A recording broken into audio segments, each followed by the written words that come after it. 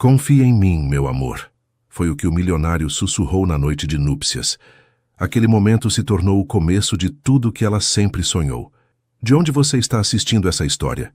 Se inscreve no canal e deixa o like, porque o que aconteceu depois daquela noite mudou a vida dela para sempre. O vestido de seda deslizou pelos seus ombros como água morna, e cada centímetro de pele exposta parecia despertar sob a luz dourada das velas que Heitor havia espalhado por toda a suíte presidencial. Isadora sentiu o perfume de jasmim que ele havia espalhado meticulosamente, como se cada pétala branca fosse uma promessa sussurrada ao ar. Suas mãos tremiam, não de medo, mas de uma excitação que jamais havia imaginado sentir em seus 21 anos de existência ancorada à pequena vila litorânea de Guarujá, onde o cheiro de sal e peixe frito marcavam o ritmo dos dias. Ele, com seus cabelos grisalhos impecavelmente penteados para trás e aqueles olhos que guardavam décadas de experiência como quem guarda segredos em baús antigos, segurou seu rosto com uma delicadeza que contrastava violentamente com sua presença imponente. Heitor tinha mãos grandes, de homem que havia construído impérios erguendo prédios, onde antes só havia terrenos baldios, mas naquele momento as usava com a suavidade de quem segura porcelana frágil. Confia em mim, meu amor, sussurrou ele, e sua voz grave ecoou no peito de Isadora como o som de uma igreja vazia. E ela confiou. Naquele momento preciso, sob o brilho ambíguo de São Paulo que se infiltrava pelas janelas do 22º andar, ela acreditou com cada fibra do seu ser que estava prestes a viver o conto de fadas que sempre sonhara enquanto lia romances sob as amendoeiras centenárias do seu bairro. Mas o que Isadora não sabia, o que não podia sequer intuir enquanto seu coração batia descompassado contra as costelas, era que aquela noite de núpcias seria apenas o primeiro capítulo de uma jornada de 18 meses que testaria cada fibra do seu ser, que arrancaria camadas de ingenuidade como quem descasca uma cebola até chegar ao núcleo ardente da verdade, e que revelaria verdades que a transformariam de maneira tão completa que a mulher que era naquele instante deixaria de existir para dar lugar a alguém completamente nova. Há momentos na vida que parecem finais felizes, quando na realidade são apenas o limiar de um território desconhecido onde o preço da felicidade ainda não foi revelado.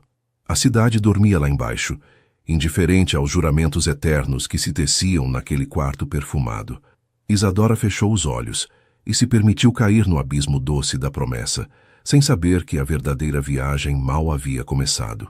Os primeiros raios de sol que entraram pelas janelas do Cobertura, no bairro dos Jardins, tinham uma qualidade diferente da luz do Guarujá. Não eram os amanheceres rosados sobre o Atlântico que Isadora havia conhecido a vida toda, mas sim uma luminosidade urbana, filtrada pela névoa elegante de uma capital que nunca dormia completamente. Isadora acordou sozinha na cama enorme, entre lençóis de algodão egípcio que custavam mais que o carro do seu pai. O apartamento tinha o cheiro distintivo do luxo masculino, couro brasileiro, madeira de jacarandá e aquele perfume caro que Heitor usava e que se impregnava em tudo. Era tão diferente do aroma caseiro de bolo de fubá e café coado que perfumava sua antiga casa, que por um momento sentiu como se tivesse sido transportada para outro planeta. Levantou-se e caminhou descalça sobre o piso de mármore frio, abraçando-se. As janelas do chão ao teto ofereciam uma vista panorâmica do Parque Ibirapuera e da Avenida Paulista, que a deixava tonta. Tudo era tão grande, tão imponente, tão alheio. Bom dia, querida. A voz de Heitor a assustou. Já estava vestido com um terno cinza escuro impecável, tomando café expresso enquanto revisava documentos na sala de jantar. Parecia não ter dormido, ou talvez fosse simplesmente um daqueles homens que acordavam perfeitamente compostos, sem rastro da vulnerabilidade que o sono normalmente revela. Bom dia, respondeu ela, consciente de repente da sua camisola amassada, do cabelo bagunçado, de quão pequena se sentia naquele espaço projetado para gigantes. Heitor largou os papéis e se aproximou, depositando um beijo na sua testa. Tenho uma surpresa para você, anunciou, e seus olhos brilhavam com aquela satisfação particular de quem está prestes a dar um presente que sabe que impressionará. A surpresa acabou sendo um cartão de crédito Platinum com seu nome gravado, um guarda-roupa completo de estilistas brasileiros que já havia sido entregue no closet, e uma consulta com um personal stylist para refinar alguns detalhes. Isadora sorriu e agradeceu, porque era isso que se esperava dela. Mas algo pequeno e afiado se instalou em algum lugar do seu peito. Durante as semanas seguintes, sua vida se transformou num turbilhão de descobertas. Aprendeu a transitar nos círculos sociais de Heitor, onde as conversas flutuavam sobre temas que lhe eram completamente estranhos: investimentos imobiliários, política tributária, férias em Trancoso e Punta del Este. As esposas dos sócios de Heitor a tratavam com uma cortesia gelada, sorrindo com os lábios, mas não com os olhos, avaliando-a constantemente. Você deveria prender o cabelo.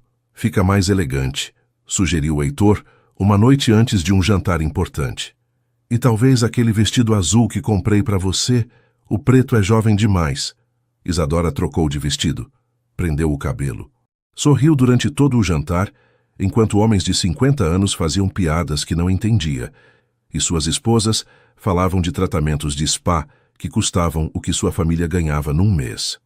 Ao completar um mês de casada, descobriu a biblioteca de Heitor, um espaço que ele mal usava, mas que estava cheio de primeiras edições e livros de arte. Escondia-se ali durante as tardes, lendo, tentando encontrar algo de si mesma entre tantas coisas novas e brilhantes que ameaçavam dissolvê-la. Foi nessa biblioteca, folheando um álbum fotográfico antigo que encontrou numa prateleira alta, que Isadora fez uma descoberta que faria tremer os alicerces da sua vida de recém-casada. As fotografias mostravam Heitor, mais jovem, mas igualmente imponente, ao lado de uma mulher loira no que claramente era um casamento. Mais adiante no álbum, outro casamento, outra mulher, dessa vez morena. E depois, mais uma. 3 casamentos, 3 mulheres diferentes. 3 finais que ele nunca havia mencionado. Seus dedos tremeram segurando as fotografias. O coração batia tão forte que podia escutá-lo nos ouvidos. Heitor nunca lhe havia dito que tinha sido casado antes, muito menos 3 vezes. Quando ele chegou naquela noite, Isadora estava esperando na sala com o álbum aberto sobre a mesa de centro. "Quem são elas?" perguntou, e sua voz soou mais firme do que se sentia por dentro. Heitor olhou as fotografias com a mesma expressão que usaria ao revisar velhos contratos sem importância. "Isso é passado, Isadora. Não tem relevância." 3 esposas não têm relevância? Por que nunca mencionou? Ele suspirou, afrouxando a gravata com um gesto cansado. "Porque não queria que você formasse uma ideia errada. Elas foram erros. Mulheres que não compreendiam o que significava estar comigo, o que era necessário. Mas você..." Aproximou-se e pegou suas mãos. "Você é diferente. Soube disso no momento em que te vi."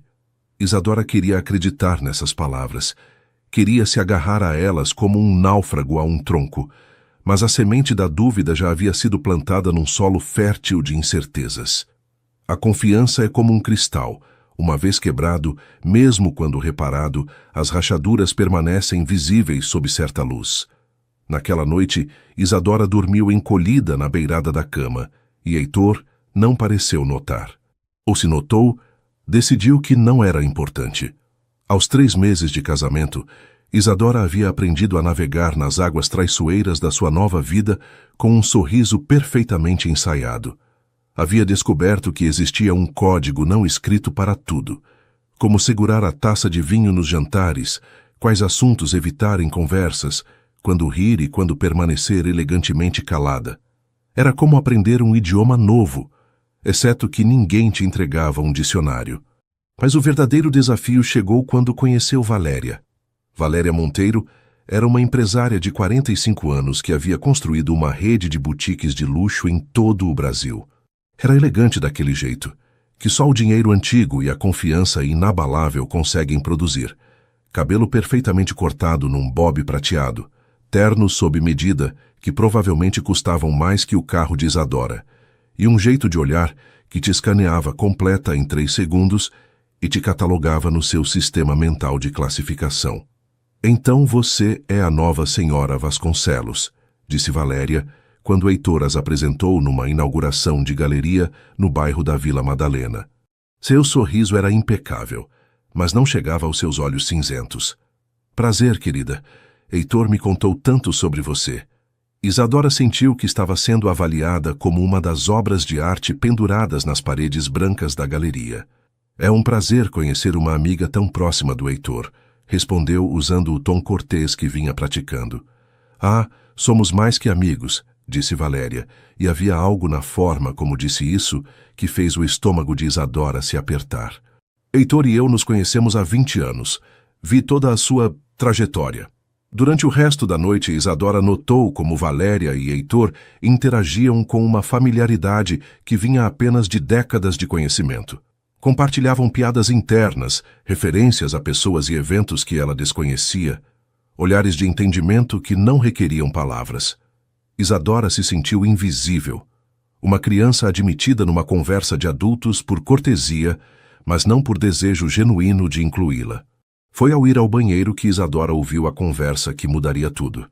Valéria estava no corredor, falando ao telefone, sem perceber que Isadora havia saído do banheiro feminino e estava bem atrás de uma coluna decorativa. Não, não me convence de jeito nenhum, dizia Valéria com voz baixa, mas clara. É mais uma interesseira, te falo. 21 anos? Vai, né? Tá clarinho o que ela quer. Heitor é meu amigo, e não vou permitir que mais uma destrua ele e saia com metade do patrimônio. A palavra interesseira queimou no peito de Isadora como brasa em carne viva. Ficou paralisada atrás da coluna, sentindo o mundo se inclinar levemente. Quando voltou para onde estava Heitor, ele estava rindo de algo que Valéria havia dito. Não notou que Isadora tremia, que suas mãos apertavam a pequena bolsa de festa até os nós dos dedos ficarem brancos. Naquela noite, no caminho para casa no Mercedes de Heitor, Isadora manteve-se em silêncio olhando pela janela as luzes de São Paulo, que passavam como estrelas cadentes. — Tá tudo bem? Perguntou Heitor, e sua preocupação soava genuína. — A Valéria me odeia, disse Isadora sem rodeios, ainda olhando pela janela. Heitor riu suavemente. — Valéria não te odeia. É só protetora. Viu relações minhas que não deram certo e se preocupa. Mas você é diferente, ela vai ver. — Diferente das outras 3? Perguntou Isadora, e dessa vez girou para olhá-lo.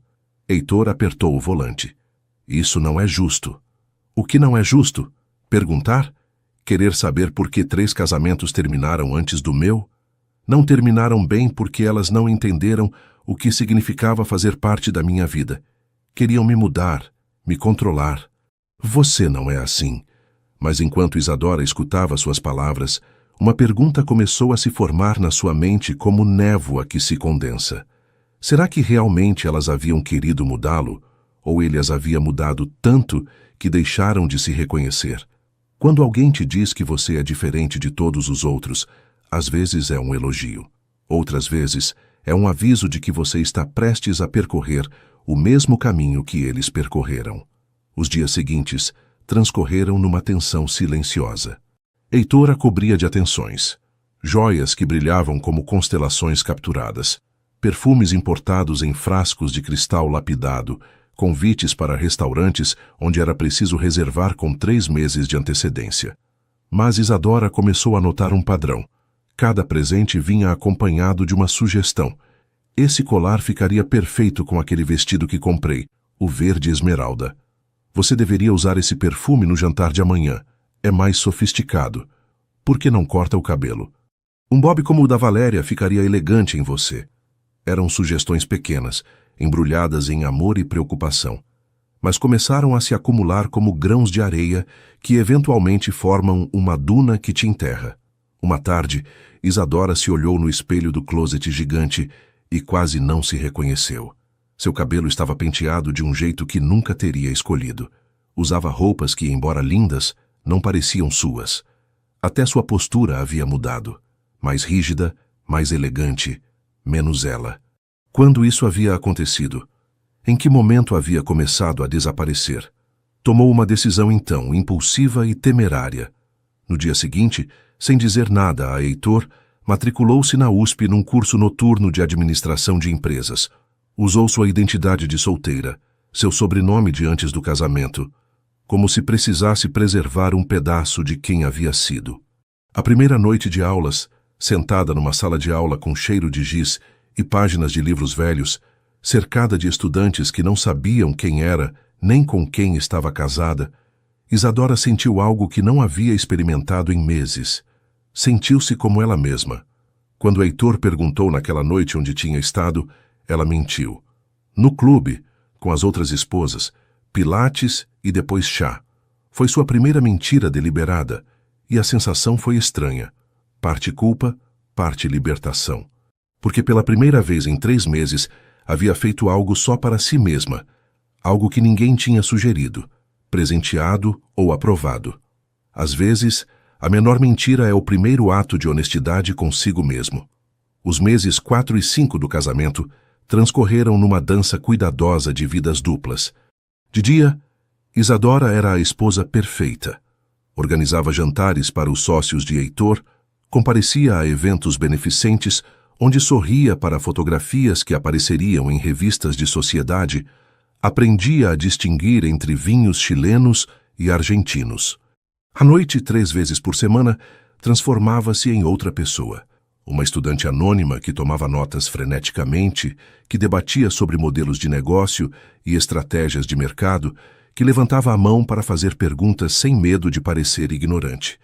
A adrenalina de manter o segredo era embriagadora e aterrorizante ao mesmo tempo. Isadora havia comprado uma mochila barata na 25 de março, onde escondia seus livros-texto e cadernos. Guardava no porta-malas do seu próprio carro, um Gol pequeno que mal usava, porque Heitor insistia que o motorista a levasse a todos os lugares. Havia memorizado as rotas que evitavam as áreas onde poderiam encontrar conhecidos de Heitor. Mas as mentiras têm peso, e cada uma se somava à carga que carregava em segredo. Uma noite de maio, Heitor chegou em casa mais cedo que o normal. Isadora mal havia tido tempo de esconder seus livros e trocar a roupa confortável que usava para as aulas. "Por que você está sem fôlego?" perguntou ele, olhando-a com curiosidade enquanto tirava o paletó. "Estava fazendo exercício", improvisou Isadora. "Na esteira." Heitor a olhou de um jeito estranho, como se pudesse ver através das palavras, mas não disse nada. Em vez disso, aproximou-se e a abraçou, e por um momento Isadora sentiu uma onda de culpa tão intensa que quase confessou tudo. Mas não confessou, porque algo nela sabia que se revelasse esse pequeno ato de autonomia, ele encontraria um jeito de transformá-lo em algo que precisava da aprovação dele, da orientação dele, do controle dele. O 5º mês trouxe um novo desafio. Numa das suas aulas, Isadora conheceu Marcelo, um estudante de 28 anos, que trabalhava numa startup de tecnologia durante o dia e estudava à noite para expandir sua compreensão do mundo empresarial. Era tudo o oposto de Heitor. Desalinhado, apaixonado, com ideias que brotavam dele como água de uma fonte. Sua análise sobre a disrupção do mercado imobiliário foi brilhante, disse Marcelo depois da aula uma noite, enquanto ambos caminhavam em direção ao estacionamento. "Você trabalha com o que durante o dia?" Isadora hesitou. "Sou casada, me dedico ao lar." A expressão de Marcelo não mudou, não houve julgamento. "Bem, você tem um talento natural para isso. Deveria considerar profissionalmente." Essas palavras ficaram com ela, revoando na sua mente como borboletas presas. Foi também no 5º mês que Valéria aumentou sua campanha silenciosa. Começou a aparecer na cobertura casualmente quando Heitor não estava, sempre com alguma desculpa. Trazer documentos, discutir um projeto conjunto, deixar um presente. Mas Isadora sabia que a verdadeira razão era vigiá-la, buscar evidências de que era exatamente o que Valéria suspeitava. Uma interesseira, uma aproveitadora, alguém temporário na vida de Heitor. Uma tarde particularmente tensa, Valéria sentou-se na sala tomando chá, enquanto Isadora se sentia interrogada como uma criminosa. "Me conta sobre sua família", disse Valéria com aquele tom que soava amável, mas tinha bordas afiadas. Heitor disse que vem de uma cidade pequena no litoral. "Sim, do Guarujá", respondeu Isadora, mantendo sua voz tranquila, embora por dentro se sentisse como um animal encurralado. Deve ser uma mudança enorme para você. Tudo isso. Valéria fez um gesto abrangendo a cobertura luxuosa. Às vezes me pergunto se não é demais para alguém tão jovem. Se você realmente entende a responsabilidade que vem com ser esposa de um homem como o Heitor. Isadora apertou sua xícara de chá. Eu o amo. Isso é o que importa. Será mesmo? Valéria se inclinou para frente, e seus olhos cinzentos a perfuraram. Ou você ama o que ele pode te oferecer? O silêncio que seguiu foi tão denso que Isadora sentiu que poderia cortá-lo com uma faca. Finalmente, com uma voz que mal reconhecia como sua, respondeu: Gostaria que você fosse embora. Valéria sorriu, mas foi um sorriso triste. Só estou tentando protegê-lo, querida. É o que amigos de verdade fazem. Depois que Valéria foi embora, Isadora ficou olhando seu reflexo nas janelas do chão ao teto, vendo São Paulo se estender abaixo dela como um organismo vivo e indiferente. A pergunta de Valéria ecoava na sua cabeça. Amava Heitor ou amava o que ele representava? A verdade era mais complicada que um simples sim ou não. Amava a atenção que ele lhe dava, o jeito como a fazia se sentir especial, a segurança que sua presença imponente proporcionava. Mas também estava começando a se ressentir do jeito como cada aspecto da sua vida requeria a aprovação dele, como sua identidade estava se dissolvendo no reflexo do que ele queria que ela fosse.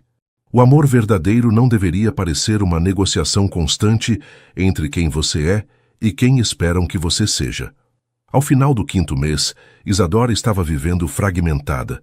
Uma parte dela era a esposa submissa que Heitor precisava, outra parte era a estudante faminta de conhecimento. E uma terceira parte, a menor mas mais persistente, era a menina do Guarujá, que ainda lembrava o gosto da liberdade, do ar salgado, de ser simplesmente Isadora sem sobrenomes, nem títulos, nem expectativas. E essas 3 versões de si mesma estavam começando a entrar em conflito, criando rachaduras internas que logo se tornariam impossíveis de ignorar. O 6º mês chegou com uma ligação telefônica que mudaria tudo. Isadora estava na biblioteca, estudando para uma prova de estratégias corporativas, quando ouviu Heitor entrar na cobertura com passos pesados que não soavam normais. Normalmente, ele se movia com uma confiança que fazia eco no mármore. Mas esses passos eram diferentes, arrastados, vacilantes. Saiu da biblioteca e o encontrou no hall de entrada, sua maleta jogada no chão, a gravata afrouxada de maneira descuidada, o rosto de uma cor acinzentada que nunca tinha visto nele. Heitor? Sua voz saiu como um sussurro preocupado. O que aconteceu? Ele levantou os olhos para ela, e neles havia algo que a aterrorizou. Medo. Heitor, o homem que sempre estava no controle, que lidava com crises corporativas como quem joga xadrez, estava genuinamente assustado. Estão me investigando, disse, e sua voz quebrou no final da frase. Receita Federal. Irregularidades fiscais em 3 das minhas principais empresas. Dizem que há evidências de sonegação, de contas ocultas, de... Passou as mãos pelo cabelo, despenteando-o pela primeira vez desde que o conhecia. Juro por Deus, Isadora, que não sei de nada disso. Assinei documentos, sim, mas confiei na minha equipe, no Casimiro, o contador que havia trabalhado para Heitor durante 15 anos, o homem de confiança que gerenciava todos os aspectos financeiros, enquanto Heitor se concentrava em estratégia e expansão. Isadora se aproximou, pegou suas mãos trêmulas. Me conta tudo, desde o começo. E assim, pela primeira vez em 6 meses de casamento, Heitor desmoronou. Sentaram-se no sofá de couro e ele contou tudo. A ligação do advogado naquela tarde, os documentos que a Receita havia apresentado, as acusações que poderiam significar não só multas milionárias, mas potencialmente prisão. Chorou nos seus braços, esse homem de 42 anos que havia construído um império, soluçando como uma criança perdida. Trabalhei a vida inteira para isso, disse entre lágrimas. Desde que tinha 18 anos, e tive que sair de Juiz de Fora com R$500 no bolso. Cada prédio que construí, cada contrato que fechei, foi honesto. Não sou criminoso, Isadora. Não sou.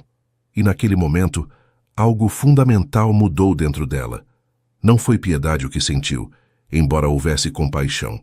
Não foi o instinto de resgatar, embora houvesse o desejo de ajudar. Foi algo mais profundo. Pela primeira vez, viu Heitor não como o homem perfeito e imponente que a havia seduzido, mas como um ser humano profundamente imperfeito, vulnerável, com medos e fraquezas como qualquer outro. O amor verdadeiro, compreendeu Isadora naquele instante de clareza, não nasce quando alguém é perfeito, nasce quando você vê suas rachaduras e decide ficar mesmo assim. Durante as semanas seguintes, a vida se tornou um turbilhão de advogados, documentos, reuniões emergenciais. Heitor estava consumido, chegando em casa de madrugada, com olheiras profundas e as mãos tremendo do estresse e excesso de café. Isadora teve que tomar uma decisão. Podia se afastar, se proteger, se distanciar da tempestade que se aproximava. Ou podia se envolver. Decidiu se envolver. Começou a assistir às reuniões com os advogados, tomando notas detalhadas. Usou o que estava aprendendo nas aulas noturnas para fazer perguntas que surpreenderam os profissionais da área jurídica. Pediu cópias de todos os documentos financeiros e começou a revisá-los com a metodologia que havia aprendido no seu curso de análise contábil. Você não precisa fazer isso, disse Heitor uma noite, encontrando-a cercada de papéis na sala de jantar às 2 da manhã. Não é sua responsabilidade. Sou sua esposa, respondeu ela simplesmente, e ao dizer isso percebeu que era a primeira vez que realmente sentia o peso e o significado dessas palavras. Foi na 3ª semana investigando os documentos que Isadora encontrou algo. Uma série de transferências que não coincidiam com as autorizações de Heitor. Pequenas no começo, mal notáveis, mas aumentando gradualmente nos últimos 5 anos. Todas conectadas a contas que Heitor nunca havia aberto, mas que estavam em seu nome. Seu coração batia forte, enquanto seguia o rastro do dinheiro, usando técnicas que havia aprendido apenas 2 semanas antes na aula. Cada pista a levava mais fundo, até que finalmente, numa madrugada de documentos e café frio, encontrou a origem. Casimiro. O homem de confiança, aquele que estava com Heitor desde quase o início, havia estado desviando fundos sistematicamente, criando um labirinto de contas fantasma e transações falsas tão elaborado que havia levado anos para construir. E havia feito tudo usando as assinaturas e autorizações de Heitor, transformando-o no bode expiatório perfeito. Quando Isadora apresentou suas descobertas a Heitor na manhã seguinte, ele simplesmente ficou olhando os papéis em silêncio. Depois olhou para ela, e em seus olhos havia algo que nunca tinha visto antes. Respeito genuíno. Como você soube procurar isso? Perguntou. E ali estava. O momento da verdade. Isadora respirou fundo. Tenho feito aulas, na faculdade, de administração de empresas. À noite, durante os últimos meses, menti sobre ir para o clube. O silêncio que seguiu pareceu durar uma eternidade. Isadora podia escutar seu próprio coração batendo, o tic-tac do relógio de parede no hall, o zumbido distante do trânsito de São Paulo lá embaixo. Finalmente, Heitor falou, e sua voz estava carregada de uma emoção que ela não conseguiu decifrar. Por que mentiu?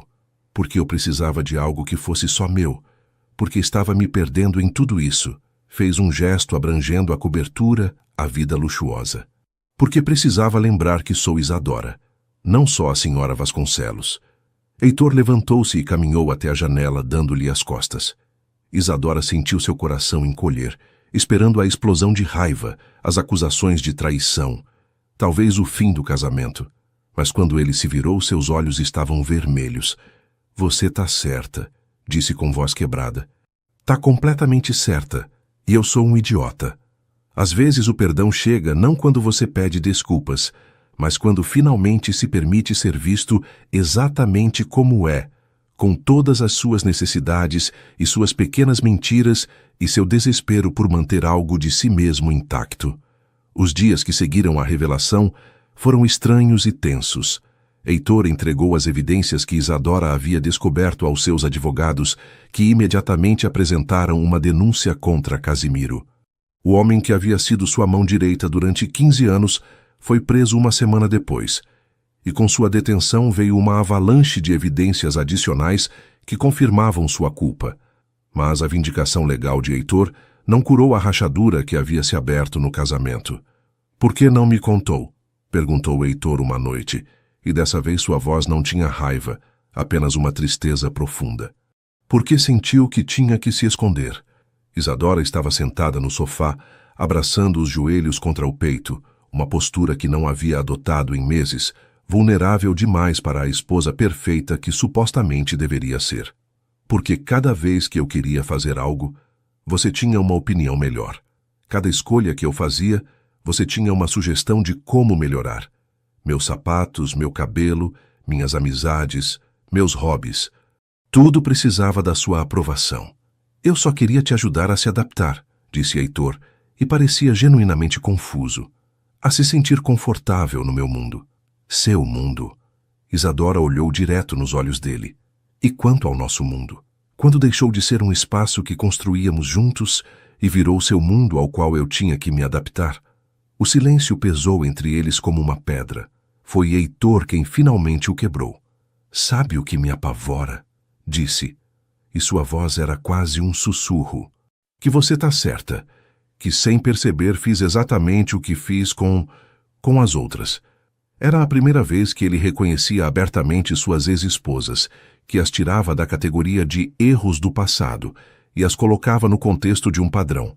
"O que aconteceu com elas de verdade?" perguntou Isadora. "A verdade, não a versão editada." Heitor fechou os olhos, como se lembrar causasse dor física. "Madalena, a primeira, era pintora. Quando casamos, ela tinha um pequeno ateliê em Pinheiros. Achei que podia dar algo melhor. Um estúdio maior, contatos em galerias importantes, financiamento para exposições. Mas cada vez que ela queria fazer algo do jeito dela, eu tinha uma ideia melhor. No final, ela parou de pintar completamente. Foi embora depois de 2 anos, disse que não conseguia nem lembrar o que a fazia feliz antes de me conhecer." Isadora sentiu um arrepio. Sofia, a segunda, era chefe. História parecida. Financiei o restaurante dela, mas logo estava sugerindo cardápios, decoração, equipe. Ela começou a beber. Muito. Quando foi embora, já não conseguia nem entrar numa cozinha sem ter ataques de pânico. E a terceira? Raquel. Heitor engoliu em seco. Era advogada, brilhante, apaixonada por direitos humanos. Achei que podia ajudá-la a ter mais impacto, então conectei ela com clientes corporativos que pagavam melhor. Aos poucos, ela largou os casos pro Bono. Parou de sair com os amigos do ativismo. Deixou de ser ela. Quando foi embora, gritou que eu tinha roubado a alma dela e nem tinha percebido. As lágrimas caíam livremente pelo rosto de Heitor agora. E agora você. Você, que é a mais jovem, a mais vulnerável. E eu estava fazendo exatamente a mesma coisa sem nem ver. Que tipo de monstro eu sou? Isadora se aproximou dele, segurou seu rosto entre as mãos. Você não é um monstro. É um homem que tem medo de perder o controle. Mas sabe o quê?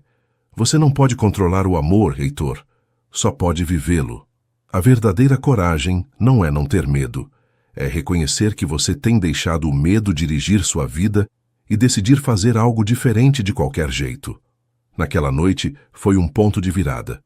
Heitor confessou algo que nunca havia dito a ninguém. Quando era jovem, antes de construir seu império, estava noivo de uma mulher da sua cidade. Ela o havia deixado por outro homem, alguém que já tinha dinheiro e status. Aquela traição o havia marcado profundamente, criando uma crença fundamental de que só sendo indispensável, só sendo a fonte de tudo de bom na vida de alguém, podia evitar ser abandonado de novo. Por isso controlo, admitiu. Se sou eu quem provê tudo, quem melhora tudo, então sou necessário. E o necessário não é descartado. Isadora sentiu uma onda de compaixão misturada com frustração. Mas pessoas não são empresas para otimizar, Heitor. Amor não é um contrato onde, se você cumprir todas as cláusulas certas, garante o resultado. É caótico e assustador, e exige que você confie que a outra pessoa fica porque quer, não porque depende de você. Decidiram tentar algo radical. Heitor concordou em fazer terapia, algo que nunca havia considerado em seus 42 anos. Isadora continuaria seus estudos, mas agora abertamente, sem mentiras. E estabeleceriam limites claros. Ela teria autonomia sobre suas decisões pessoais. Ele trabalharia em soltar o controle. Soava bem em teoria. A prática foi infinitamente mais difícil. Ao 7º mês de casamento, justo quando Isadora pensava que haviam encontrado um novo equilíbrio frágil, o passado de Heitor veio bater à porta. Literalmente. Isadora estava sozinha na cobertura numa tarde de sábado, estudando, quando a campainha tocou. Abriu a porta e encontrou-se frente a 2 mulheres. Uma era loira, de uns 35 anos, com um estilo boêmio que incluía um chale tecido e múltiplos anéis de prata. A outra era morena, mais ou menos da mesma idade, vestida de maneira mais profissional, mas com olheiras profundas, que falavam de noites sem dormir. "Você é a Isadora?" perguntou a loira. "Sou... Quem são vocês?" "Sou Madalena", disse a loira. "E ela é Sofia. Somos 2 das ex-esposas do Heitor. Precisamos conversar com você." O coração de Isadora parou. Por um momento considerou fechar a porta, mas algo nas expressões dessas mulheres, algo desesperado e genuinamente preocupado, a fez dar um passo para o lado e deixá-las entrar. Sentaram-se na sala, o mesmo espaço elegante onde Isadora havia tomado chá com Valéria, onde havia tido tantas conversas desconfortáveis. Mas isso era diferente. Isso era território completamente novo. "Sabemos que provavelmente você acha que somos loucas", começou Sofia, "ou vingativas, ou que viemos causar problema. Mas a verdade é que quando soubemos que o Heitor tinha casado de novo, com alguém tão jovem, sentimos que tínhamos obrigação de te avisar." "Me avisar sobre o quê?" perguntou Isadora, embora parte dela já soubesse a resposta. Madalena falou suavemente. "Sobre o que ele faz. Não é que seja mal intencionalmente. Na verdade, acho que ele realmente acredita que está ajudando, que está melhorando nossas vidas. Mas o que realmente faz é nos apagar, aos poucos, até não sobrar nada de quem éramos antes dele." "Eu era pintora", continuou Madalena, e sua voz tremeu levemente. "Agora não consigo nem olhar para uma tela sem sentir náusea. Passei 5 anos em terapia tentando recuperar esse pedaço de mim mesma e ainda não consegui completamente." Sofia acrescentou. "Eu era chefe. Tinha sonhos de abrir um restaurante pequeno que servisse comida da minha região, do Paraná. Heitor financiou um restaurante, sim, mas transformou em algo completamente diferente. Alta gastronomia, preços exorbitantes, clientela que eu não reconhecia. E quando tentei objetar, ele me convenceu de que eu estava sendo pouco ambiciosa, de que estava me limitando. No final, odiava cada minuto naquele lugar. Comecei a beber para conseguir aguentar." "Vocês estão... melhor agora?" perguntou Isadora em voz baixa. "Estou sóbria há 3 anos", disse Sofia, "mas foi um inferno chegar aqui, e ainda cozinhar me dá ansiedade." As 3 ficaram em silêncio por um momento. Isadora podia escutar o tic-tac do relógio, o zumbido distante da cidade. "Por que vieram me contar isso?" perguntou finalmente. "Porque você é tão jovem", respondeu Madalena. "E porque vemos em você algo que tínhamos. Aquele olhar de alguém que está começando a não se reconhecer no espelho. Queríamos que você soubesse que não está louca. Que se sente que está se perdendo, provavelmente é porque está se perdendo. E queríamos que soubesse", acrescentou Sofia, "que você pode sair. Que não precisa ficar até não sobrar nada de você. Nós esperamos demais. Não cometa nosso erro." Depois que foram embora, Isadora ficou sentada no sofá por horas olhando pelas janelas enquanto São Paulo se transformava do dia para a noite.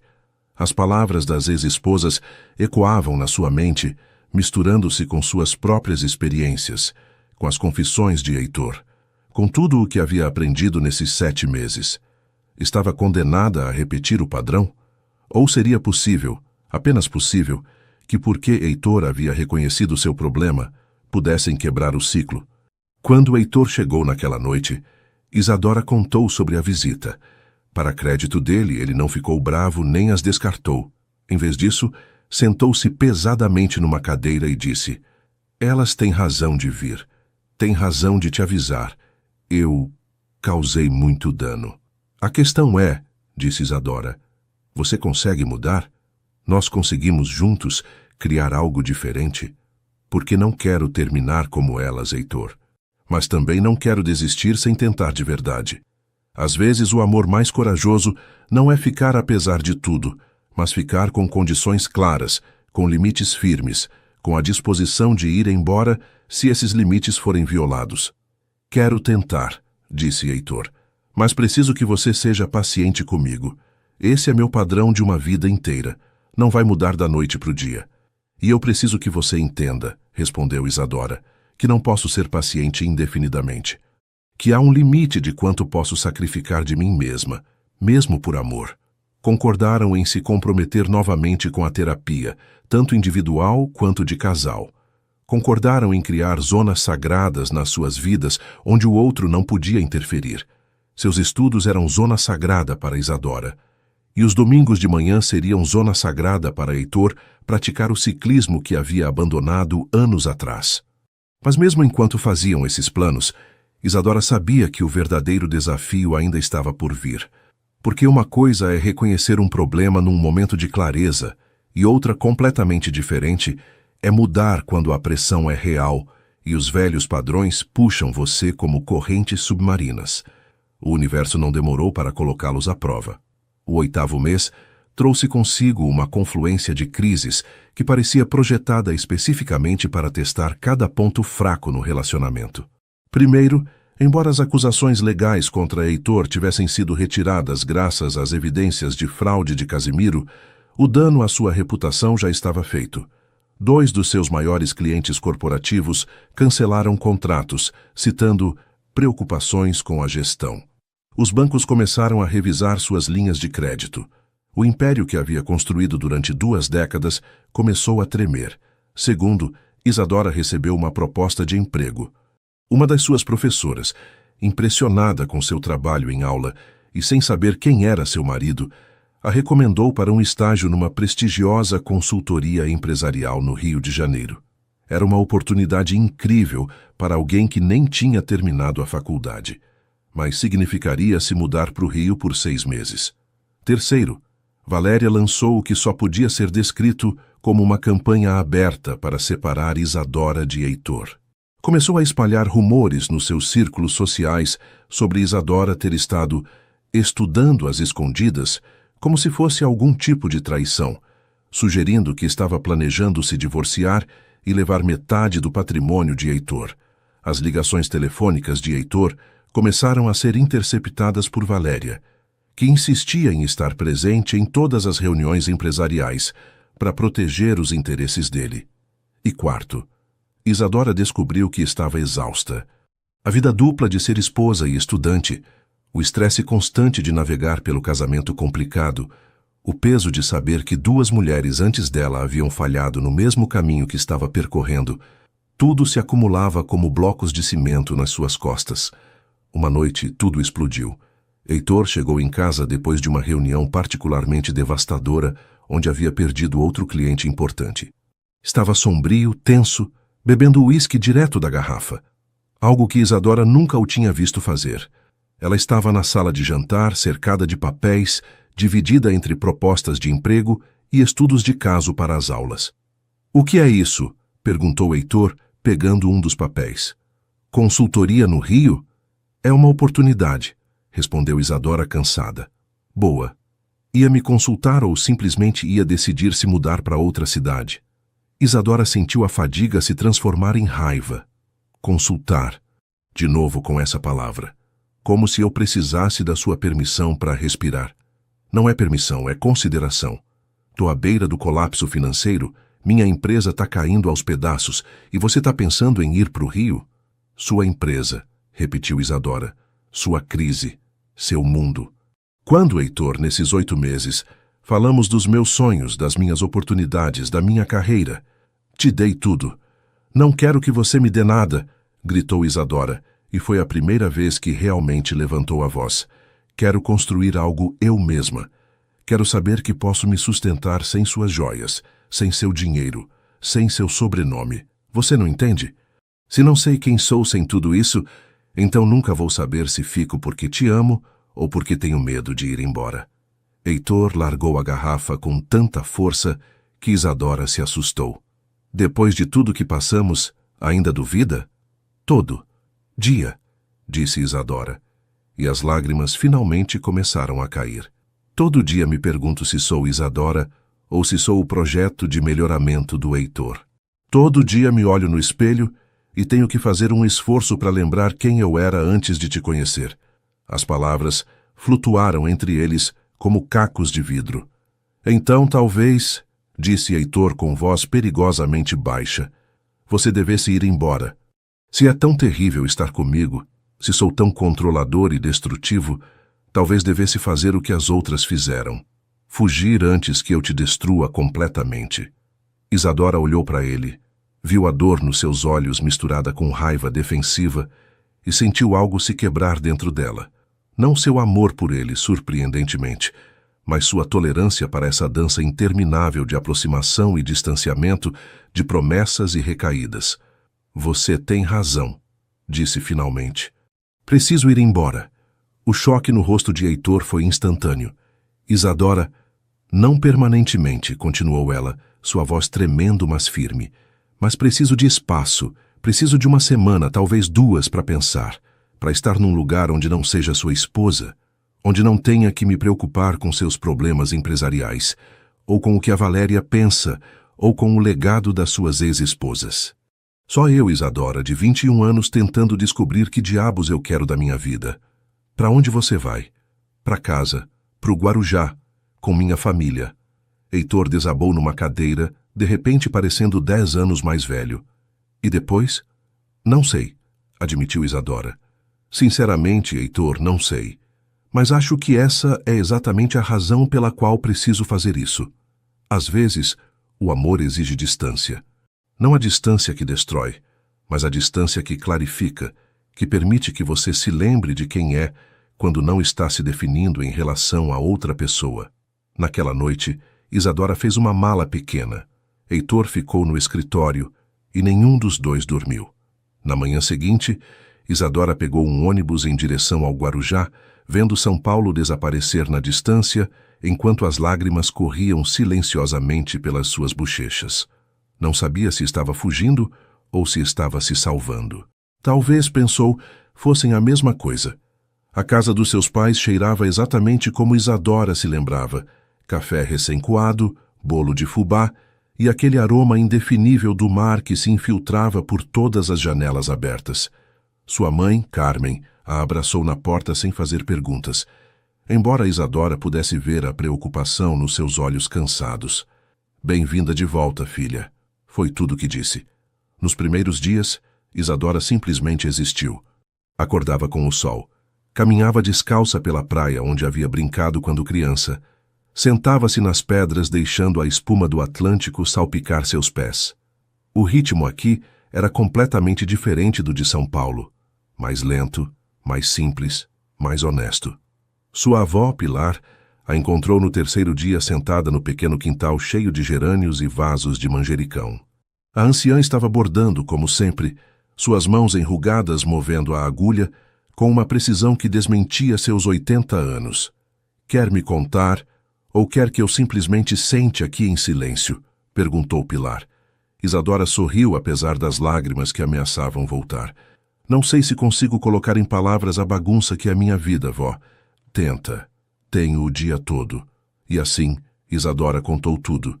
Heitor, o casamento apressado, as pequenas mentiras que se tornaram grandes, as ex-esposas, a crise financeira, sua própria luta para manter algo de si mesma intacta. As palavras jorraram como um rio transbordado. Toda a dor e confusão e exaustão de 8 meses acumulados. Pilar escutou sem interromper, suas mãos nunca parando no bordado. Quando Isadora finalmente ficou sem palavras, a anciã deixou seu trabalho de lado e pegou as mãos da neta. O amor verdadeiro não diminui ninguém, minha filha. Ele acrescenta. Se você se sente menor em vez de maior, então algo está errado. E não importa o quanto você o ame, não pode sacrificar sua alma no altar de nenhum relacionamento. Mas ele está tentando mudar, protestou Isadora. Foi para terapia, reconheceu os padrões. Reconhecer um problema e mudá-lo são duas coisas bem diferentes, disse Pilar, com a sabedoria de quem havia vivido 8 décadas. E você, Isadora? O que você quer? Essa pergunta a perseguiu durante os dias seguintes. O que ela queria? Havia passado tanto tempo reagindo ao que Heitor queria, se adaptando, resistindo, tentando encontrar equilíbrio, que havia perdido de vista seus próprios desejos.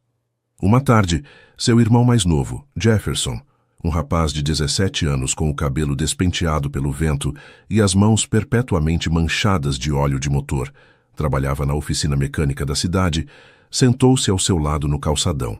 Sabe o que sempre gostei em você? Disse sem preâmbulo. Que você sempre soube exatamente quem era. Quando todo mundo na escola estava tentando ser como todo mundo, você simplesmente era a Isadora. Lia seus livros românticos sem vergonha, ajudava o pai no mercado mesmo sendo chato para os outros meninos, sonhava alto mas sem perder o pé no chão. Aonde você quer chegar, Jeff? Que essa Isadora que eu conheci, minha irmã Massa, não precisava da aprovação de ninguém. E acho que ela ainda está aí, só que enterrada debaixo de um monte de expectativas que nem são suas. As palavras do irmão se somaram às da avó, criando um coro de vozes que diziam o que talvez ela já soubesse no coração. No 5º dia em casa, Isadora fez algo que não fazia há meses. Pegou seu velho caderno de quando era adolescente, aquele onde costumava escrever seus sonhos e planos para o futuro. Leu com lágrimas nos olhos, vendo a menina de 18 anos que havia sido, cheia de ambições e esperanças. Aquela menina queria viajar, queria estudar, queria construir algo próprio, talvez uma pequena empresa de turismo na sua cidade que ajudasse a preservar as tradições locais enquanto trazia visitantes. Queria família, eventualmente, mas primeiro queria saber quem ela era. Nada disso incluía se tornar a esposa troféu de um empresário de São Paulo. Mas então, pensou, o Heitor de agora não era exatamente o mesmo homem que a havia seduzido naquela exposição de arte. Ele também estava mudando, ou pelo menos tentando. A pergunta era, podiam mudar juntos em direção a algo saudável ou estavam simplesmente prolongando o inevitável? No 7º dia, Heitor ligou. Isadora vinha evitando o celular, mas finalmente atendeu. Oi. A voz dele soava cansada, vulnerável. Oi, respondeu ela. Não vou te pressionar para voltar, disse ele. Só precisava ouvir sua voz. Saber que você está bem. Tô processando, pensando. Tenho pensado também. Tive várias sessões com meu terapeuta essa semana e ele me fez uma pergunta que não consegui responder. O que eu realmente quero de um casamento? E o que concluiu? Que a vida toda busquei controle porque tenho pavor de abandono. Mas buscando controle, garanto o abandono. É uma profecia autorrealizável. E com você, Isadora, não quero fazer isso. Mas não sei como não fazer. É tudo que conheço.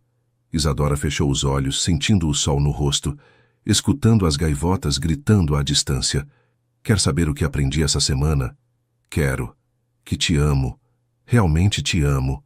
Mas que te amar não pode significar me perder. E que se eu tiver que escolher entre te amar e me amar, vou ter que me escolher. O silêncio do outro lado da linha foi longo. Finalmente, Heitor falou com voz quebrada. E se você não precisar escolher? E se encontrarmos um jeito de ambos poderem existir completamente, sem um diminuir o outro? Não sei se isso é possível pra gente, Heitor. Mas você estaria disposta a tentar? Uma última vez, mas de verdade, sem meias medidas? As decisões mais importantes da vida raramente vêm com certeza. Vêm com esperança e medo em partes iguais, e a coragem é escolher de qualquer jeito. Preciso de mais tempo, disse finalmente Isadora. Pelo menos mais uma semana. E quando eu voltar? Se eu voltar, precisamos de regras claras, limites reais. E se forem quebrados, eu vou embora, sem segundas chances. Tá bom, disse Heitor. Leva o tempo que precisar. Vou estar aqui. Depois de desligar, Isadora ficou olhando o horizonte onde o azul do Atlântico se encontrava com o azul do céu, e pela primeira vez em meses, Sentiu algo parecido com clareza. Isadora passou mais 10 dias no Guarujá, mas não foram dias de férias nem de fuga. Foram dias de trabalho duro consigo mesma, de confrontar verdades desconfortáveis e tomar decisões difíceis. Decidiu aceitar a oferta da consultoria no Rio, mas nos seus termos. Trabalharia remotamente quando possível, viajando ao Rio só quando absolutamente necessário. Terminaria a faculdade não importa o que acontecesse com seu casamento. Manteria uma conta bancária separada com seu próprio dinheiro ganho. Também decidiu mais uma coisa. Se voltasse para Heitor, seria como parceira, não como subordinada. E se ele não conseguisse aceitar isso, se em 6 meses não visse progresso real, iria embora, sem culpa, sem olhar para trás. No dia antes de voltar para São Paulo, teve uma última conversa com sua avó. "Tem certeza disso, minha filha?" perguntou Pilar, enquanto compartilhavam café com leite no quintal, o aroma do mar se misturando com o do café. "Não", admitiu Isadora. "Mas acho que às vezes a certeza é um luxo que não podemos ter. Só posso fazer meu melhor esforço e estar disposta a mudar de rumo se as coisas não funcionarem." Pilar sorriu. "Essa é a resposta mais sábia que você deu em anos. Sabe, seu avô e eu nem sempre tivemos um casamento fácil. Houve momentos, especialmente quando éramos jovens, que achei que não sobreviveríamos. Mas aprendemos a lutar juntos contra os problemas, em vez de lutar um contra o outro. Se você conseguir fazer isso com o Heitor, se conseguirem se tornar aliados em vez de adversários, então talvez tenham uma chance." Isadora voltou para São Paulo num ônibus ao entardecer, vendo a paisagem mudar das praias atlânticas para os morros de São Paulo. Seu coração batia forte enquanto o ônibus se aproximava do terminal Tietê, sem saber exatamente o que encontraria. Heitor estava esperando na plataforma. Parecia diferente. Mais magro, com olheiras, o cabelo ligeiramente mais longo e despenteado do que normalmente permitiria. Quando seus olhos se encontraram, Isadora viu algo neles que não tinha visto antes. Humildade verdadeira. Não correram um para o outro como nos filmes. Em vez disso, caminharam lentamente, fechando a distância com passos medidos até ficarem frente a frente. "Oi", disse Heitor. "Oi", respondeu Isadora. "Podemos conversar?" Não foram para a cobertura. Em vez disso, caminharam até o Parque Ibirapuera, agora banhado na luz dourada do entardecer. Sentaram-se num banco perto do lago, onde os pedalinhos flutuavam preguiçosamente. "Tomei algumas decisões", começou Isadora, "e preciso que você escute sem interromper." Heitor assentiu. Isadora contou sobre o trabalho, sobre sua decisão de manter independência financeira, sobre seus limites não negociáveis. A cada palavra podia ver Heitor processando, e podia ver o esforço que custava não interromper com sugestões ou correções. Quando terminou, Heitor ficou em silêncio por um longo momento. Finalmente falou. "Vendi a cobertura." Isadora piscou, surpresa. "O quê?" "Vendi, precisava de liquidez para a empresa de qualquer jeito, mas mais que isso, precisava de um novo começo. Aquele lugar estava cheio de fantasmas, de expectativas, de todas as minhas ex-esposas e todos os meus erros. Comprei um apartamento menor em Moema. 2 quartos, um que pensei que você poderia usar como escritório para o seu trabalho. É modesto, não tem as vistas impressionantes, mas é nosso. Ou poderia ser, se você decidir que quer tentar." Isadora sentiu lágrimas queimarem seus olhos. "Heitor, e me afastei da Valéria. Bom, não exatamente afastei, mas deixei claro que nossa amizade não pode continuar se ela não respeitar nosso casamento. Ela não aceitou bem. Na verdade, já não fala mais comigo, mas você tinha razão. Ela fazia parte do problema. Estava tão preocupada em me proteger que não me deixava crescer." Isadora pegou a mão dele. "Essas são mudanças grandes. Precisava provar que não são só palavras, que entendo a gravidade disso, que sem você, sem uma versão saudável de nós, nada mais importa." Passaram a hora seguinte conversando, estabelecendo regras concretas. Terapia de casal toda semana, sem exceções.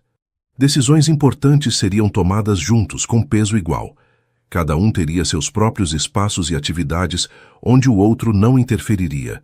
E se alguma dessas regras fosse quebrada, Isadora iria embora. Fim da história. E se eu falhar? Perguntou Heitor com voz pequena. E se, apesar de todas as minhas intenções, cair nos velhos padrões? Então, vou te apontar, vou te lembrar do nosso acordo, e você vai ter a chance de corrigir o rumo. Uma vez. Talvez duas, se o esforço for genuíno. Mas se virar padrão, se eu ver que você realmente não está mudando, mas só dizendo que vai mudar, vou embora. E tem que estar tudo bem para você que eu vá embora se for necessário. Você não pode me segurar com culpa ou medo. Heitor assentiu, lágrimas correndo pelas bochechas. Tá bom. O perdão verdadeiro não é esquecer que algo aconteceu.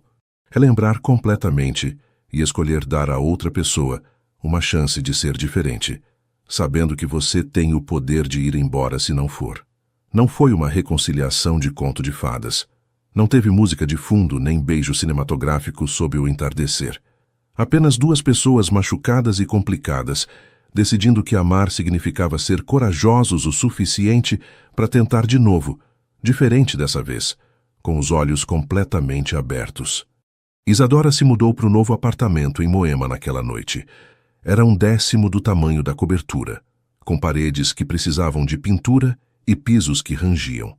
Mas quando Heitor mostrou o quarto que havia convertido em escritório, com uma escrivaninha simples ao lado de uma janela que dava para um pequeno jardim com uma limoeira, Isadora sentiu algo que não tinha sentido na cobertura luxuosa, que esse lugar poderia ser um lar verdadeiro.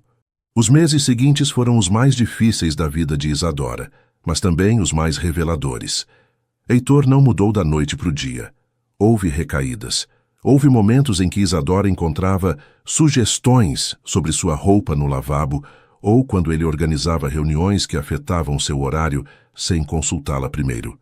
Mas a diferença era que agora, quando ela apontava, ele não ficava na defensiva.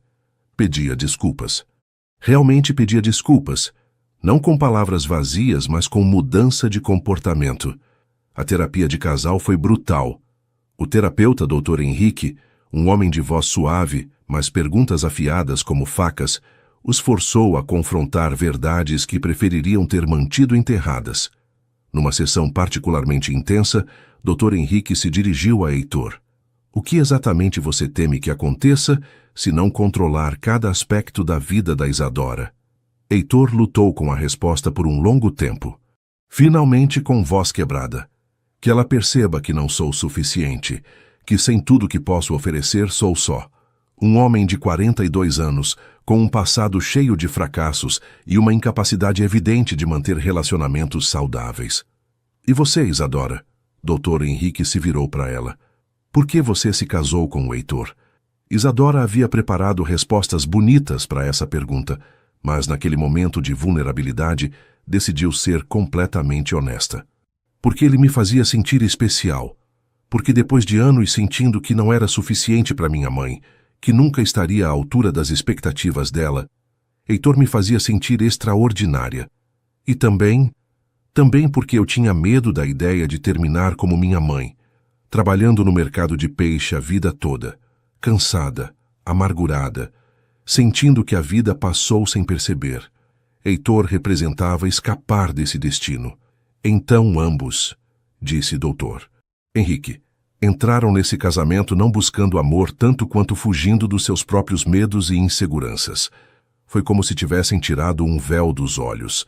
Noutra sessão, semanas depois, exploraram seus padrões individuais.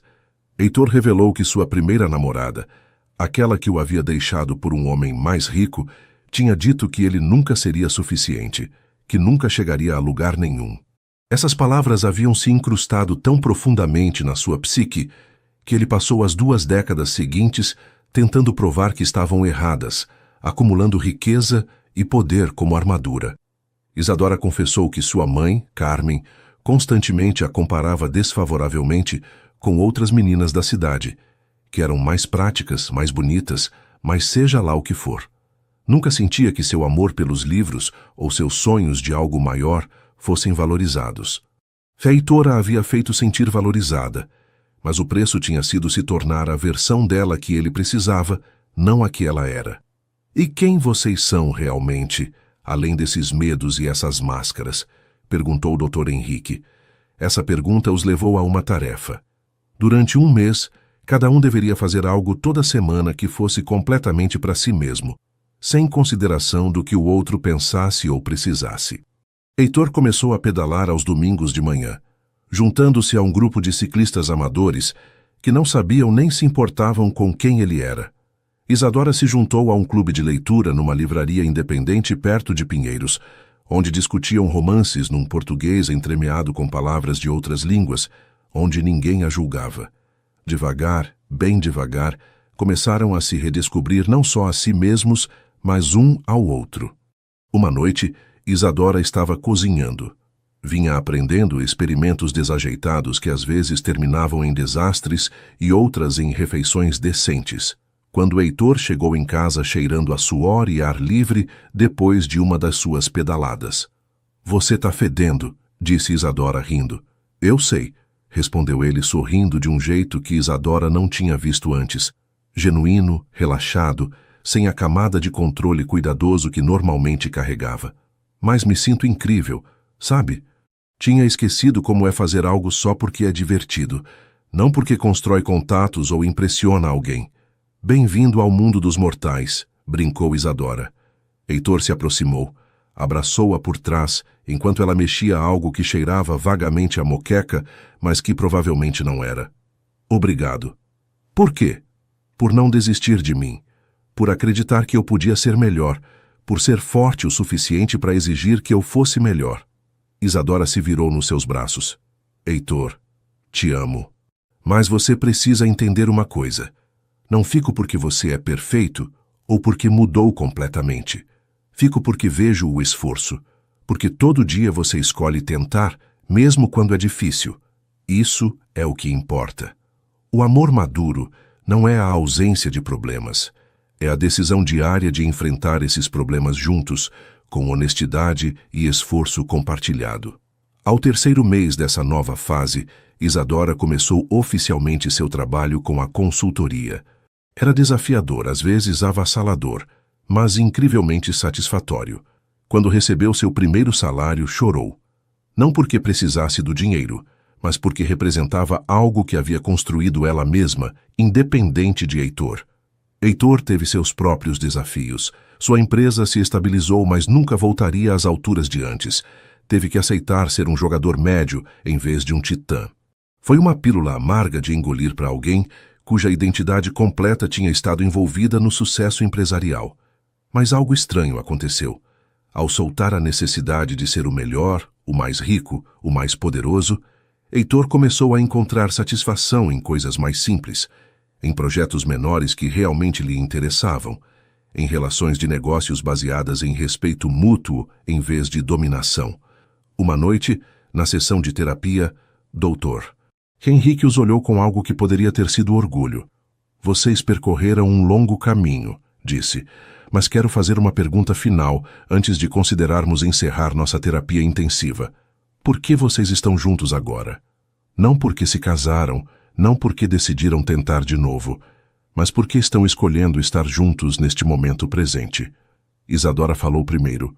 "Porque Heitor me desafia a ser melhor, sem me fazer sentir que não sou suficiente como sou.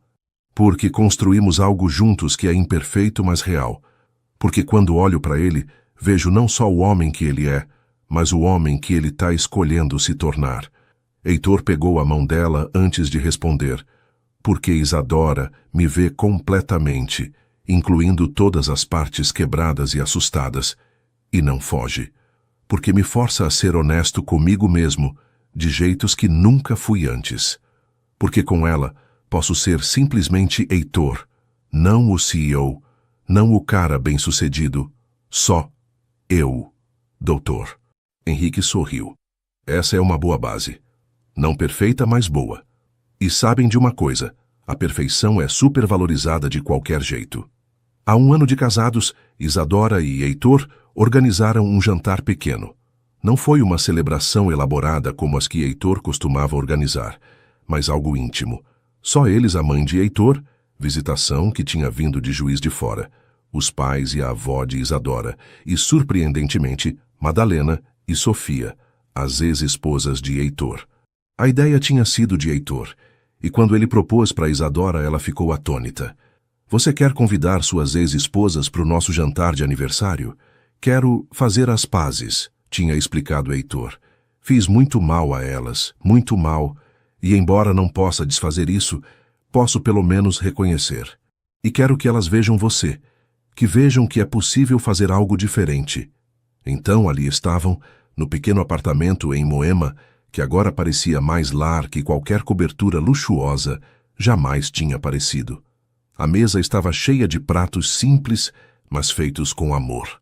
Moqueca que Isadora tinha finalmente dominado, torta capixaba da mãe de Isadora, empadinhas mineiras que Visitação tinha trazido. No começo, a tensão era palpável. Madalena e Sofia olhavam ao redor do apartamento modesto com expressões indescritíveis. É diferente da cobertura, comentou finalmente Madalena. Melhor, respondeu Isadora simplesmente. Durante o jantar, aconteceu algo notável. Heitor, sem que Isadora pedisse, dirigiu-se diretamente às suas ex-esposas. Madalena, Sofia, sei que meu convite provavelmente as surpreendeu. E se causou dor, lamento. Mas precisava dizer cara a cara que entendo agora o mal que causei a vocês. Não foi intencional, mas isso não torna menos real. Tentei controlar vocês, moldar vocês, transformá-las em versões de vocês mesmas que encaixassem na minha visão do que uma esposa deveria ser. No processo, roubei partes de vocês. E lamento profundamente. O silêncio que seguiu foi pesado. Sofia foi a primeira a falar com lágrimas nos olhos. Sabe, esperei 6 anos por essas palavras.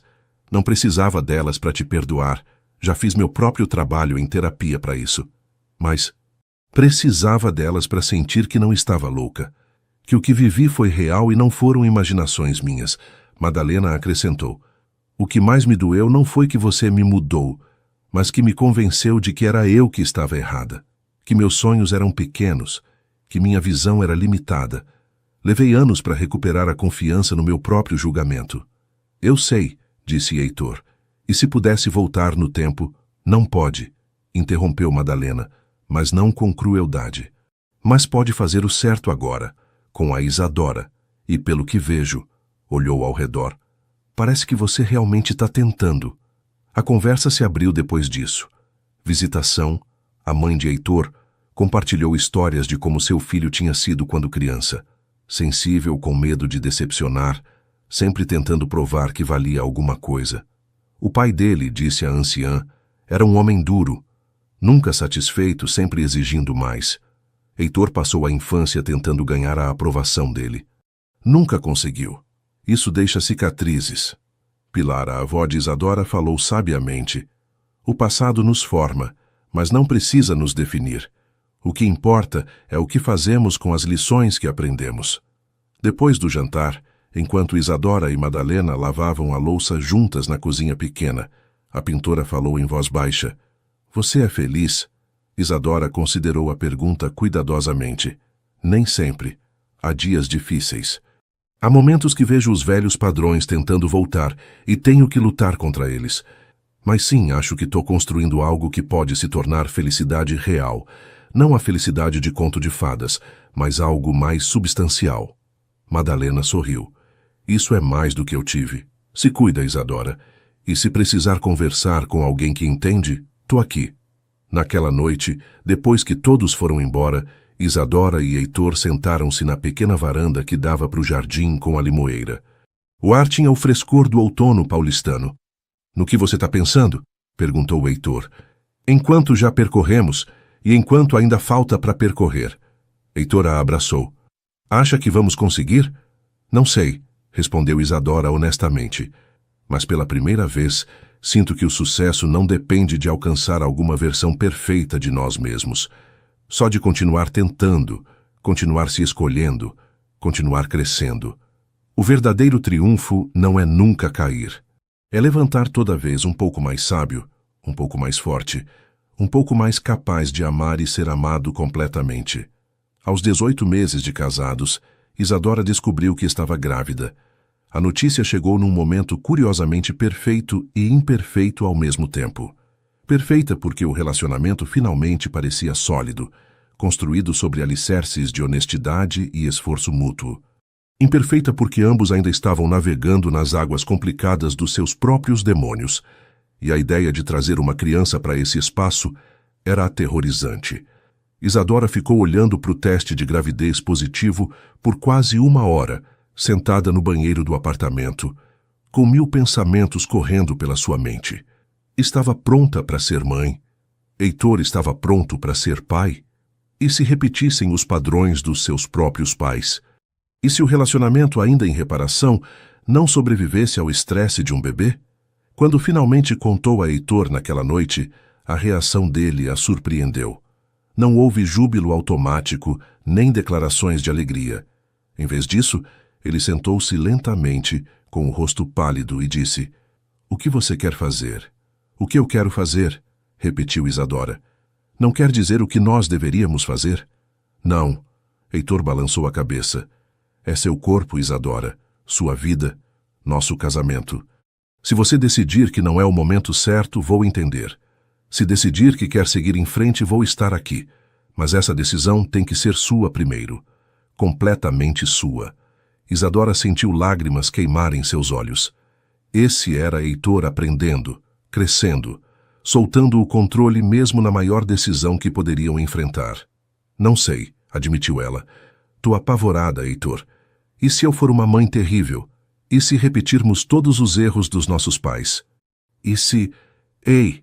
Heitor se ajoelhou na frente dela, pegando suas mãos. "E se formos? E se cometermos erros? Porque vamos cometer, Isadora. Ninguém é pai perfeito. Mas se conseguirmos aprender, crescer, admitir quando erramos, isso já é alguma coisa, não é?" Decidiram se dar 1 mês para pensar, para conversar com profissionais, para visitar suas famílias e obter perspectivas. Não foi uma decisão tomada levianamente, nem num momento de paixão romântica. Foi medida, cuidadosa, assustadora. Visitaram Pilar no Guarujá durante esse mês. A anciã, agora com 81 anos, os recebeu no seu quintal cheio de gerânios com sua sabedoria usual. "Um filho não conserta um casamento quebrado", disse sem rodeios. "Mas num casamento que está se curando, que está crescendo, um filho pode ser uma bênção. A pergunta não é se vocês estão prontos, porque ninguém nunca está completamente. A pergunta é: vocês estão dispostos a continuar fazendo o trabalho, mesmo quando for 1000 vezes mais difícil?" Também conversaram com o Dr. Henrique, o terapeuta. "Qual é o maior medo de vocês?" perguntou. Isadora falou primeiro. "Que Heitor tente controlar cada aspecto de como criamos essa criança. Que eu perca minha voz nas decisões importantes." Heitor acrescentou: "Que eu seja um pai terrível. Que repita os padrões do meu próprio pai. Distante, crítico, impossível de satisfazer." "Esses são medos válidos", reconheceu o Dr. Henrique. "Mas notem que ambos são conscientes desses padrões potenciais. Essa consciência é metade da batalha. Conseguem se comprometer com criação compartilhada, com trabalho em equipe, com estar abertos quando apontarem comportamentos problemáticos?" Foi essa pergunta que finalmente ajudou Isadora a tomar sua decisão. Uma noite, caminhando pelo Ibirapuera com Heitor, observando as famílias alimentando os patos no lago, ela disse: "Quero ter esse bebê, mas preciso que você prometa algo. O que for, que vai me escutar. Que quando eu tiver uma opinião sobre criação, mesmo que contradiga a sua, vai considerar seriamente. Que nosso filho vai ver um relacionamento de iguais, não de dominação. Porque não quero criar uma criança que ache que é assim que o amor se parece." "Prometo", disse Heitor, e nos seus olhos Isadora viu sinceridade. "E prometo mais uma coisa, que vou pedir ajuda quando precisar, que vou fazer terapia para trabalhar minhas questões de pai, que não vou fingir que tenho todas as respostas." Tomaram outra decisão importante. Se mudariam, não de volta ao luxo, mas para algo diferente. Encontraram uma casa pequena em Florianópolis, em Santa Catarina, perto do mar, mas longe da pressão de São Paulo. Heitor podia trabalhar remotamente nos projetos que havia escolhido, focando em qualidade sobre quantidade. Isadora continuaria seu trabalho de consultoria da mesma maneira. A casa era modesta: 3 quartos, um jardim pequeno com vista para a Lagoa da Conceição, paredes que precisavam de pintura. Mas quando entraram pela primeira vez, Isadora soube que esse seria o lar onde criariam seu filho. É perfeito, disse, e falava sério. Heitor, com as mangas arregaçadas e o cabelo despenteado pelo vento que vinha do mar, sorriu. É sim. Passaram as semanas seguintes se preparando. Heitor aprendeu a montar móveis, com resultados variados que os fizeram rir até chorar. Imperfeito, com pinceladas desiguais e móveis ligeiramente tortos, mas nosso. Uma tarde, enquanto Isadora pintava e Heitor lutava com um trocador de bebê que aparentemente tinha sido projetado por um sádico, ele disse: "Sabe, há 2 anos, se alguém tivesse dito que eu estaria numa casa modesta, brigando com móveis de IKEA, feliz, nunca teria acreditado. E agora? Agora não trocaria por nada." Às vezes, o caminho para a felicidade exige perder tudo o que você achava que precisava para descobrir o que realmente importa. Na noite antes da mudança oficial para Florianópolis, Isadora e Heitor sentaram-se na varanda do apartamento em Moema, pela última vez. Isadora pintou o quarto do bebê de um amarelo suave, recusando as sugestões de Heitor de contratar pintores profissionais. "Quero que nosso filho cresça num lar que construímos nós mesmos", explicou. São Paulo se estendia abaixo deles, uma cidade que os tinha visto crescer, errar, cair e levantar. "Com medo?", perguntou Isadora. "Apavorado", admitiu Heitor. "E você?" "Também. Mas é um tipo diferente de medo. Não é o medo de me perder ou de ser controlada. É o medo do desconhecido, mas com empolgação misturada nele." Heitor pegou a mão dela, colocou sobre sua barriga onde o filho estava crescendo. "Vamos errar muitas vezes." "Com certeza. Mas vamos tentar juntos." "Sim, juntos." E nessa palavra simples, juntos, havia todo o peso de 18 meses de luta, aprendizado, quedas e reconstrução. Não era o final feliz perfeito de um conto de fadas. Era algo melhor. Era real. 3 meses depois, numa tarde de começo de primavera, Isadora estava de pé na pequena casa de Florianópolis, com a barriga visivelmente arredondada sob um vestido solto de algodão, organizando as roupinhas minúsculas que sua avó Pilar havia bordado à mão. Cada peça tinha pequenos detalhes, um peixinho aqui, uma gaivota ali, símbolos do mar que havia marcado sua infância. O cheiro de maresia entrava pelas janelas abertas, misturando-se com o aroma da moqueca, que Heitor estava tentando fazer na cozinha. Podia ouvi-lo praguejar suavemente quando algo não saía como esperava, e sorriu. O homem que havia conhecido 18 meses atrás nunca teria admitido que não sabia fazer algo, muito menos teria passado uma tarde inteira tentando. "Tá pronta!", gritou Heitor da cozinha.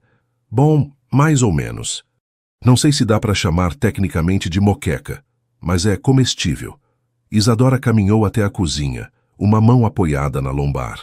Heitor estava na frente do fogão, com o cabelo grisalho mais longo agora, completamente despenteado, usando uma camiseta velha e jeans. Não havia nem rastro do executivo impecável, que sempre vestia ternos de R$3.000. "Tem uma cara interessante", disse Isadora, olhando o que poderia generosamente ser descrito como uma moqueca experimental. "Tá horrível, né?" "Um pouquinho", admitiu ela rindo, "mas o esforço conta." Sentaram-se na mesinha da cozinha, compartilhando a moqueca mediana e pão fresco que haviam comprado na padaria do bairro. Pela janela, podiam ver a lagoa, as águas calmas refletindo o céu da tarde. "Sabe que dia é hoje, né?", perguntou Heitor. Isadora pensou por um momento. "Quinta? Faz exatamente 18 meses do nosso casamento." 18 meses. Parecia uma vida inteira, e um piscar de olhos ao mesmo tempo. "Valeu a pena?", perguntou Isadora. "Toda a dor, a luta, as vezes que quase desistimos. Valeu a pena?" Heitor largou o garfo, pegou as mãos dela sobre a mesa. "Cada segundo. Porque me ensinou que o amor verdadeiro não é posse nem controle, nem criar uma versão perfeita de alguém. É ver a pessoa completamente, imperfeições e tudo, e escolher crescer junto com ela." Isadora sentiu lágrimas nos olhos, malditos hormônios da gravidez que a faziam chorar por tudo. "Tenho pensado muito naquela noite. A noite de casamento, quando você disse confia em mim. Lembro. Confiei em você naquela noite. Confiei cegamente, completamente, sem questionar. E quase me perdi nessa confiança. Heitor assentiu, dor cruzando seu rosto. Eu sei. Mas agora, continuou Isadora, confio em você de um jeito diferente. Não confio que você nunca vai errar, porque vai. Não confio que sempre vai falar o certo ou agir perfeitamente. Confio que quando errar vai reconhecer. Confio que me respeita o suficiente para escutar quando aponto esses erros. Confio no esforço, não na perfeição. Isso é a única coisa que posso te prometer, disse Heitor. Esforço, todo dia. Tentar. O bebê chutou então, forte o suficiente para Isadora soltar um suspiro. Heitor olhou para a barriga dela com um assombro que nunca desaparecia. Posso? Perguntou. E o fato de perguntar em vez de presumir dizia tudo sobre quanto havia mudado. Isadora guiou a mão dele até onde o bebê estava chutando. Viram juntos uma pequena protuberância pressionar contra a palma dele. Oi, pequeno, sussurrou Heitor. Sou seu pai, e vou errar, muitas vezes, mas te prometo que sempre, sempre vou tentar. E vou garantir que você cresça vendo o que significa respeito de verdade, parceria de verdade, amor de verdade. Isadora colocou a mão sobre a de Heitor. E vamos te ensinar que tudo bem ter medo, que tudo bem ser imperfeito, que o que importa não é nunca cair, mas levantar, aprender e seguir em frente. Naquela noite, depois do jantar, caminharam pela praia. O sol se punha sobre o mar, pintando o céu em tons de laranja e rosa, que Isadora nunca tinha visto em São Paulo. A areia estava fria sob seus pés descalços, e o vento trazia o cheiro salgado que era o aroma da sua infância. Lembra o que você pensou naquela primeira noite? Perguntou Heitor. Na suíte do hotel com o jasmim e as velas. Pensei que estava vivendo um conto de fadas, que finalmente tinha encontrado meu final feliz. E agora? Isadora parou, olhando para o horizonte onde o mar se encontrava com o céu numa linha perfeitamente imperfeita. Agora sei que não existem finais felizes, só capítulos. Alguns são lindos, alguns são dolorosos, alguns são assustadores. Mas se você os vive com honestidade, se continua crescendo, se escolhe o amor mesmo quando é difícil, então cada capítulo tem seu próprio tipo de felicidade. Sentaram-se na areia, Isadora apoiada em Heitor, a mão dele sobre a barriga onde o futuro deles crescia. As ondas quebravam na praia, eternas e implacáveis, e no seu ritmo havia algo reconfortante. Sabe, disse Heitor depois de um longo silêncio, houve um momento, quando tudo estava desmoronando, que achei que tinha arruinado irremediavelmente minha última chance de felicidade, que meus demônios eram grandes demais, que o dano que havia causado era irreparável. E o que te fez mudar de ideia? Você. Você ficou. Não porque era fraca ou dependente, mas porque foi forte o suficiente para exigir mudança real. Me deu a chance de ser melhor, mas também me deu as ferramentas e os limites para conseguir. Você salvou nosso casamento, mas, mais importante, me salvou de mim mesmo. Isadora girou para olhá-lo. Não fui eu quem te salvou, Heitor. Foi você. Eu só mostrei o caminho. Você teve que escolher percorrê-lo. A salvação nunca vem de fora. Vem da decisão brutal e corajosa de confrontar seus próprios demônios, de reconhecer seus padrões destrutivos e de fazer o trabalho doloroso de mudar, um dia de cada vez, pelo resto da sua vida. Nos meses que se seguiram, o bebê chegou.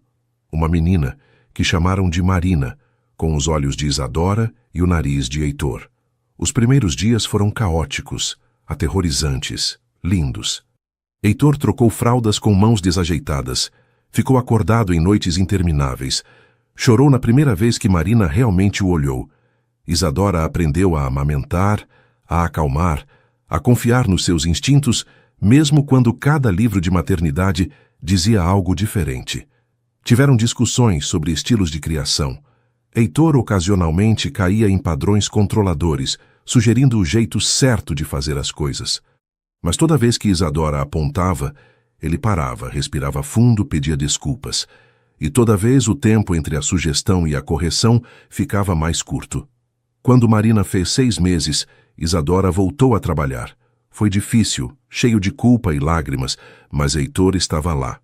Não só simbolicamente, mas literalmente, fazendo seu turno, aprendendo a cozinhar papinhas, com resultados variados, cantando canções de ninar desafinadas. Uma tarde, Pilar veio visitar de Guarujá. Encontrou Isadora no pequeno jardim, pendurando roupas de bebê enquanto Marina brincava num cobertor sob a sombra de uma limoeira jovem que haviam plantado. "Você parece feliz", observou a anciã. "Sou", respondeu Isadora. "Não o tempo todo, não a cada segundo. Há dias difíceis, dias quando Heitor e eu temos que nos lembrar ativamente das nossas promessas. Dias quando tô exausta, quando duvido das minhas decisões de maternidade, quando me pergunto se tô fazendo tudo errado. Mas sim, vó. Sou feliz. Esse é o melhor tipo de felicidade", disse Pilar.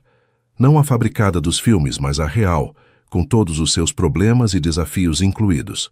Quando Marina completou 1 ano, Isadora e Heitor renovaram seus votos.